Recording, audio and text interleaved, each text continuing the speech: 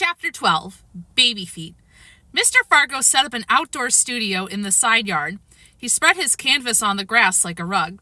On Saturday morning, I saw him climb a ladder with a bucket of blue paint. When he got to the top, he tossed it at his canvas. So when Sheila screamed, "Mrs. Hatcher, come quick! Fudge is all blue!" I figured he'd gotten into Mr. Fargo's paint. Grandma and Mom came running from one direction, me and Jimmy from the other. Fudge was sprawled out on the ground near his garden. His face was streaked with blue. His shirt was stained blue. His hands were blue. He had blue in his hair. Even his tongue, which hung halfway out of his mouth, was blue.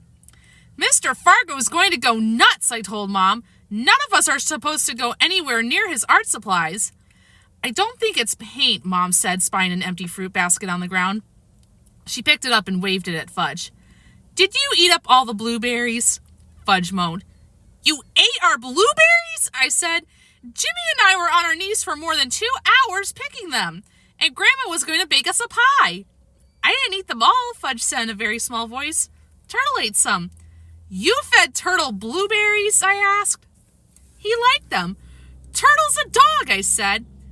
At the sound of his name, Turtle appeared from behind the bushes. He plopped down next to me. "Let me see your tongue," I said, opening his mouth. Blue. His tongue and teeth were all blue. Fudge clutched his stomach and moaned again. "Boy, are you going to be sick," Jimmy told him. "I already am," Fudge cried. "My tummy hurts so bad." "I'm not surprised," Mom said. "I know exactly what he needs," Grandma said, heading for the house. She came back with that peppermint medicine we get every time we have an upset stomach. "Down the hatch," she sang, feeding him one teaspoonful. "How about some for Turtle?" I asked. "Why not?" Grandma said. "What's good for the goose is good for the gander." I held Turtle's mouth open, and Grandma poured in a spoonful. "Blue gas," Jimmy whispered. "He's going to make blue, steamy, gurgling gas." "I don't want blue gas!" Fudge cried. "What are you talking about?" Mom said. "There's no such thing as blue gas." "There is if you eat enough blueberries," I told her. "Really, Peter," Mom said. "Let's not make this any worse than it already is." Dad missed the blueberry adventure. He'd gone to the town dock right after breakfast to see about renting a sailboat. By the time he got back, Mom had carried Fudge to the porch, where he laid on the old wicker couch. Everyone gathered around the blueberry boy. Everyone had a suggestion for him. "Lie on your tummy, Fudge," Mrs. Tubman said. "That's what I do when mine hurts." "A hot water bottle," Mr. Tubman said. "That'll fix it." "Make beautiful pictures in your mind," Buzzy Sr. suggested. "Just throw it all up," Mr. Fargo said. Sheila was about to say, "Ew, disgusting," when Dad ran up the porch steps. "I've rented a nice little 19-footer, he announced. You could tell he was really excited. "We could take a picnic lunch." He stopped when he saw Fudge. "What's wrong with Fudgy?" he asked Mom. "Why is he all blue?" "It's a long story," Mom said. "I'll tell you about it later." Dad paused for a minute and shook his head. Then he said, "Well, I've got the boat from noon to 4, and I can take up to 6 passengers. I know Peter wants to come. How about the rest of you?" "I've never been sailing," Jimmy said. "No problem," Sheila told him. "I'm an expert. I'll explain everything to you." Somebody should tell the Guinness Book of World Records about her, I thought, since she's the world's leading expert on everything. "Count me in," Grandma said. "Count me out," Buzzy Sr. said. "Buzzy," Grandma said, "you don't like sailing?" "About as much as a fish likes being out of water." Mr. Fargo said, "Thanks, but no thanks." Mrs. Tubman said she really wasn't into water sports, but she'd go if Mr. Tubman would. Mr. Tubman said he had no sailing experience, but he'd always wanted to give it a try. "What about Fudge?" Sheila asked Mom. "Fudge isn't going anywhere," Mom said. "Except to the bathroom," Jimmy whispered to me, and we both cracked up. All 7 of us piled into the back of Mr. Fargo's truck. "Have a good sail," he called when he dropped us off with our gear. The boat Dad rented was tied to the dock. It looked kind of small, especially next to the really big boats that were moored in the harbor. As soon as we were on board, Dad handed out life jackets. There was one for each of us, and Dad's rule was we had to wear it the whole time. Then he started to explain the man overboard rule. "Excuse me, Mr. Hatcher," Sheila said, "but couldn't we call it the person overboard rule? I mean, man overboard sounds so sexist." "Okay," Dad said, "the person overboard rule." He appointed Mrs. Tubman and me official spotters. If anyone fell into the water, our job was to point. No matter how the boat turned, no matter how it rocked, the spotter had to keep pointing so the person overboard wouldn't get lost. Maybe I should just wait here, Jimmy said. Nah, once we get going, you're gonna like it, I told him.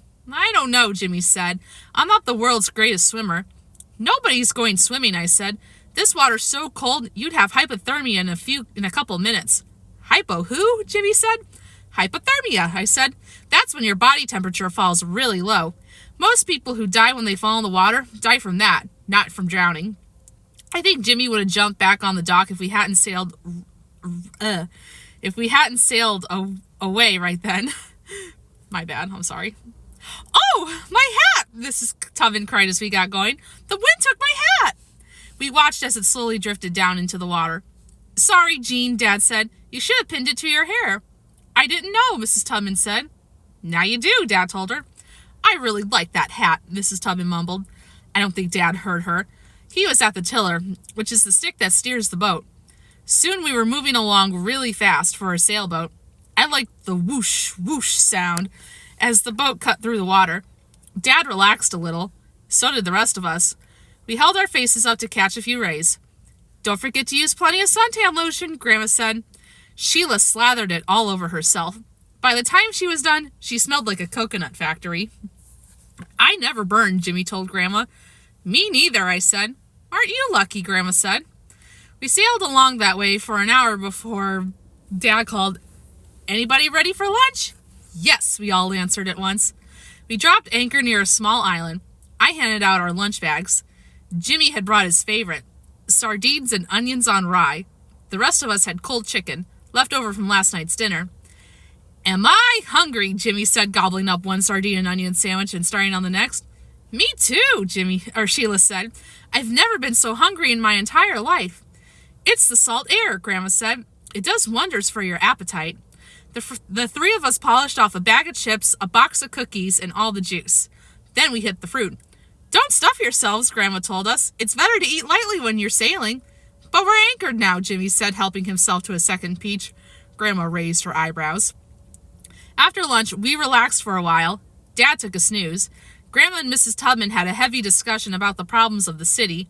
Mr. Tubman read a mystery, and the three of us played hearts with a deck of cards Sheila had brought in her pack.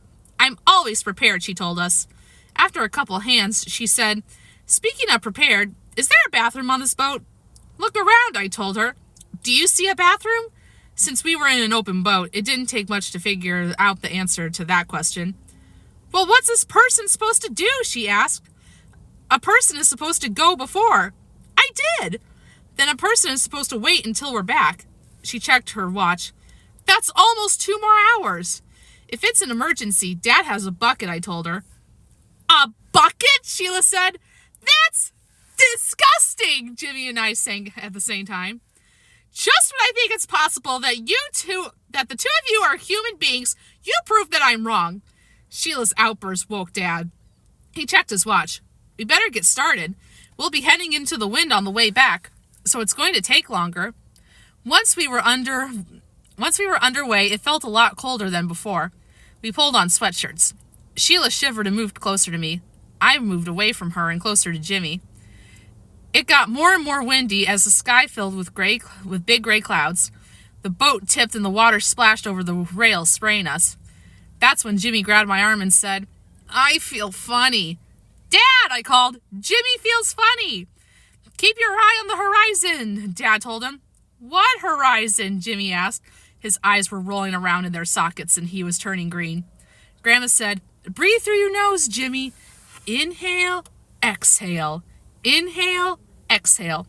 There were waves now with white caps. The boat tipped way over and Sheila screamed, Do something before we all drown! It's all right, Grandma said. This is a keel boat. It can't go over. It can't go over, I told myself. It can't go over. Jimmy was trying to breathe through his nose like Grandma said. I think he was more scared than sick.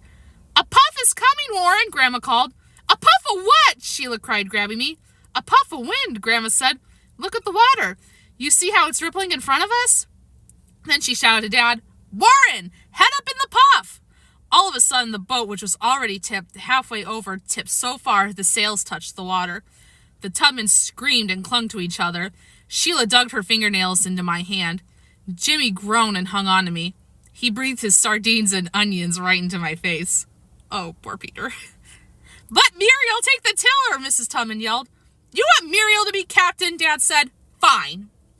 Really, Warren, Grandma said, you're overreacting. But she switched places with him and took the tiller, shouting out orders. Ease the sheets, Warren. We're going to sail off the wind. It may take a while longer, but we'll all be more comfortable. The boat straightened up and sailed more smoothly. Jimmy released his grip on me. So did Sheila. Her nails left marks on my hand. The Tubmans breathed more easily, and Dad sulked. Grandma sailed the boat in like a pro. She explained everything as she did it, to make us feel more secure. Now, as we pull up, Warren will jump onto the dock, she said, and while he ties us up, I'll drop the sail. She looked over at Dad. Wait for me to give you the signal, Warren. But Dad didn't wait. He jumped too soon and landed in the water. Person overboard! Sheila shouted.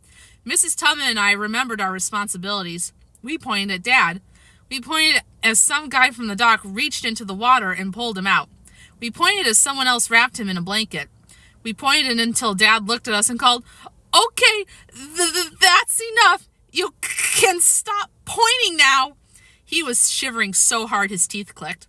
Mr. Fargo picked us up in his truck. As soon as we pulled into our driveway, Sheila jumped out and ran for the house. I have to go so bad. Did you all have a nice sail? Mom asked the rest of us. Then she noticed Dad. Warren, how come you went swimming in your clothes? Dad didn't answer. I'll be in the tub, he managed to say, heading for the house. Mom looked at Grandma. What happened? She asked. Oh, the usual, Grandma said. But all's well that ends well. Fudge jumped off the porch steps. All's well that ends well, he sang. I see he's recovered, I said to Mom. More or less. Then Tootsie toddled over to me and held her arms out to me. Up, Pete, up! I picked her up. She was barefooted and the bottoms of her feet were covered with blue. Did you get more blueberries? I asked Mom. No. Why? Look at Tootsie's feet. Uh-oh, Mom said. We ran to the side yard where Mr. Fargo had left his work. Mom sucked in her breath when she saw the path of little footprints across his painting. What are we going to do? I asked. What can we do? Mom said. Mr. Fargo and Jimmy came around the house then. Jimmy was telling him about his sailing adventure. I was never scared, he said. I knew it was a keel boat. I knew it couldn't go over. He stopped when he saw us and gave me a weak smile. Peter wasn't scared either, he added. But Mr. Fargo wasn't listening anymore. He'd seen the footprints across his painting. His face turned purple. I held Tootsie tight and waited for the explosion. Frank, Mom began, but Mr. Fargo held up his hand to stop her from speaking. He got down on all fours and crawled around his canvas. He stood up and walked away from it. Then he came closer. Then he walked away. Then he came closer again. He squinted. He scratched his beard. We held our breaths. Finally, he muttered, baby feet. I looked at Jimmy. He shrugged as if to say, don't ask me. Baby feet, Mr. Fargo said again, coming toward me. I backed away. He wasn't getting his hands on my little sister. Itsy bitsy baby feet, Mr. Fargo cooed. Itsy bitsy teensy weensy baby feet. He tickled the bottoms of Tootsie's feet. She squealed. Then he laughed. And Mr. Fargo actually laughed. How'd you like to be my partner, Tootsie Pie? She held her arms out to him.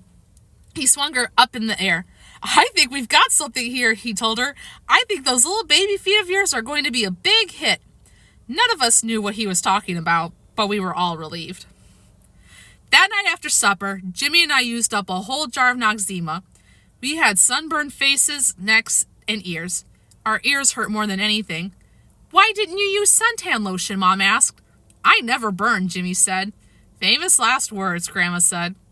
Then Dad, who had supper in his room, came down in his robe. He clinked a spoon against a glass and said, I'd like your attention for a minute. Everyone looked at him. I behaved very badly this afternoon, he said, and I want to apologize to everyone on the boat, but especially to Muriel, who saved the day. Apology accepted, Grandma said. I was proud of Dad for admitting that he acted like a sore loser. So when he looked over at me, I gave him the high sign, and he smiled. Then Mr. Fargo clinked a spoon against his glass. He stood up and said, I want to thank Tootsie for walking across my canvas and giving me the idea for a series of paintings called Baby Feet. Here, here, Buzzy Sr. said, raising his coffee cup. Let's have a toast to Baby Feet and to Muriel, who always saves the day. He gave Grandma a big kiss. Grandma blushed. Buzzy, she said, not in front of the children. Somehow, I don't think Grandma was talking about us when she said children. I think she meant Mom and Dad and Mr. and Mrs. Tubman, because they were the only ones who looked surprised by that kiss. Join me for Chapter 13.